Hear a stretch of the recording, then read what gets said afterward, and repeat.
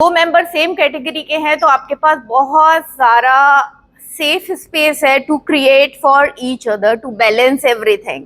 For example, किसी भी एक बिजनेस में आप होलसम नहीं होते हैं. There are gaps, there are things that you always want to do, there are things that you want to achieve, but आपके पास या तो मैन पावर नहीं है, या आपके पास टाइम नहीं है, या आपके पास वो स्किल सेट नहीं है. So if you find someone of the same category in the same group, so why not just see what is their USP, उनकी क्या strength है, और अगर वो strength आपके पास नहीं है, so better you collaborate. For example, gifting एक बहुत wider area है, बहुत generic example है. I am also in skin care but we do gifting also, but मेरा limited है up to skin care. So अगर मुझे अपनी गिफ्टिंग में मैं आकांक्षा जी से कुछ दिवाली पे या कभी भी एडिशनल कैंडल्स या कुछ और प्रोडक्ट ऐड करती हूँ, so that's a very good collaboration. Similarly, if she is doing hampers for baby shower, wedding or anything where people need customized soaps or skin care or any bridal shower के लिए कुछ products चाहिए, so we can collaborate. So ये एक बहुत बड़ा gap है जो fill हो जाता है. Like I want to do corporates but I don't have that kind of bandwidth to go ahead.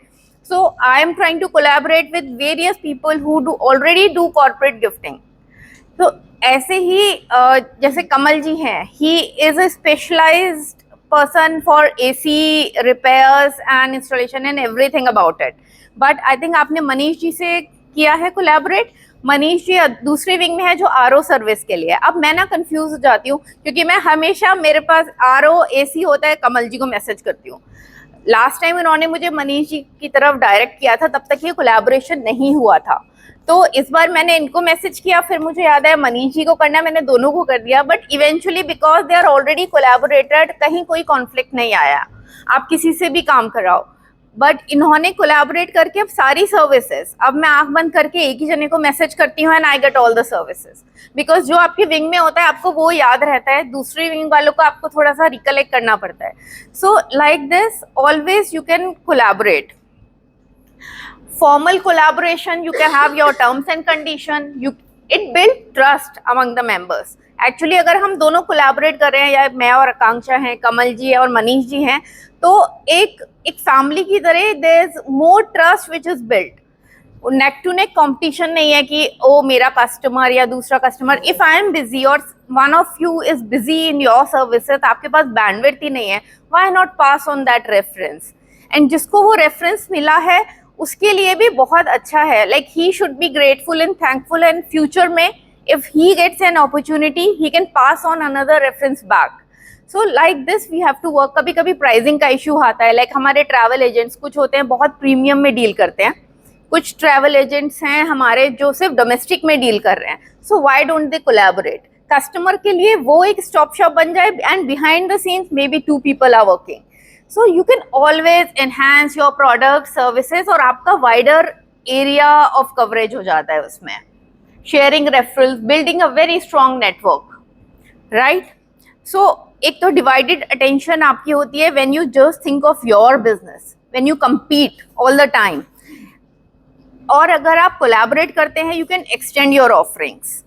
Then you will always guard your ideas, keep your ideas secret अगर आप अकेले काम कर रहे हो. And if you are collaborating, what you can share your ideas. You can share your ideas and you can get more ideas from the other person. So anyways your business will enhance. Growth is short term. If you are doing just individualistically, आप अपने ऊपर focus कर रहे हो कि नहीं मेरे को सब छुपा के रखना है, अपनी ग्रोथ पे फोकस करना है, it will exhaust after a while. But अगर आप कोलैबोरेट कर रहे हो, न्यू पॉसिबिलिटीज आप लोग मिलके एक्सप्लोर कर सकते हो. चाहे वो लाइफ इंश्योरेंस हो, हमारे पास different kind of insurance people हैं who can collaborate and provide one stop shop to different clients in different regions at different times. So there are multiple ways you can collaborate, and this is a chart which you can see. If you will avoid people of the same category, you lose and they also lose. If you will compete, it is the feeling I win, you lose. If you will accommodate, just कि ठीक है थोड़ा adjust कर लेते हैं, you win, I lose. और आपको compromise भी करने की जरूरत नहीं है, ना क्वालिटी में, ना प्रोडक्ट्स में, ना सर्विसेज में. I win some, you win some. So this is a compromise situation. कि थोड़ा थोड़ा दोनों बांटते हैं, but if you collaborate and do a formal collaboration, it's a win win for both the parties. So this is, and in short, we trade the ideas, we combine the ideas together to make them stronger, we learn new techniques and styles and approaches, we contribute to the group by being ourselves.